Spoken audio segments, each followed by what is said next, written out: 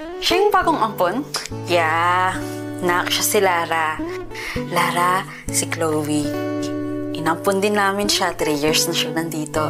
Siya ang magsisilbing ate mo sa pamilyang to, ha? Iiwan ko muna kayo, may mga bisita ako doon. Sige na, wanting kayo.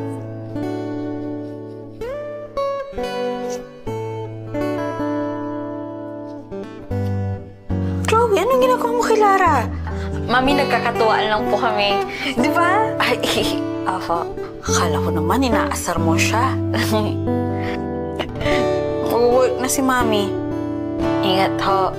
Oh, ano? Di dapat ikaw nandito eh. Dapat yung kapatid ko yung nandito eh. Lara, tinimplahan kita ng chocolate drink. Thank you, ate. Honey, napakaswerte natin na yung dalawang inampun natin kahit hindi magkaano-ano. Sobrang nagmamahala na parang magkapatid. Mapait ba? Sorry, mukhang asin yung nalagay ko eh. Sorry. Nak, sigurado ka ba na pang Halloween party yung pupuntahan nyo?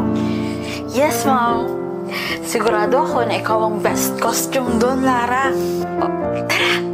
Ate Chloe, akala ko ba pang Halloween team yung pupuntahan natin? But bakit lahat sila nakaayos?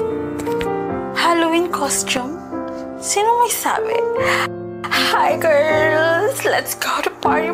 Na, Chloe, sigurado ko ba na hindi mo nakita si Lara? Ma'am, tinawagan ko na lahat ng kaklase tsaka mga kaibigan niya pero hindi nila alam kung nasan si Lara. Isang araw na kasi siyang nawawala na wala tayong contact sa kanila. Hindi ba kami naging mabuting magulang sa kanya? Ma'am, pero wag po kayong mag-alala. Kung sakaling hindi na po bumalik si Lara at iliasan niya na po tayo, mayroon po akong kapatid sa bahay ampunan ng San Agoncillo. Pwede po natin siya hanapin to, tsaka pwede po natin siyang patirahin dito. Hello po?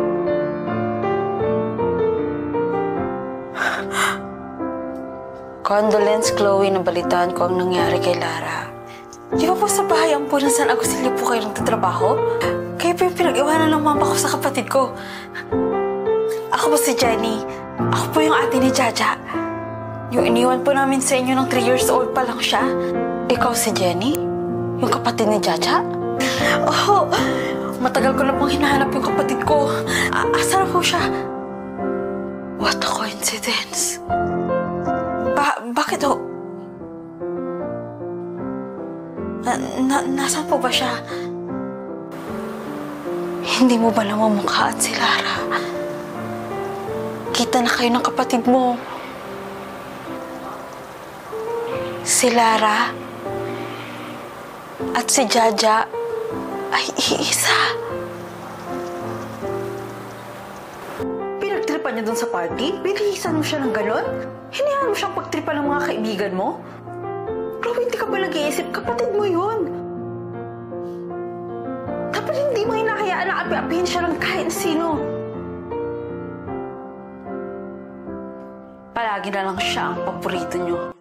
Inampun niyo pa ako. Chloe! Gigil na talaga ako dyan sa larang yan. Gawin niyo na yung matagal ko nang gustong ipagawa sa inyo sa kanya, ha?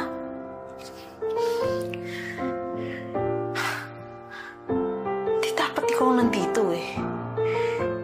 Dapat yung kapatid ko yung nandito eh. Pero di bale, bukas wala ka na. Magagawa ko na yung plano ko na hanapin yung kapatid ko para magkasama na kami dito.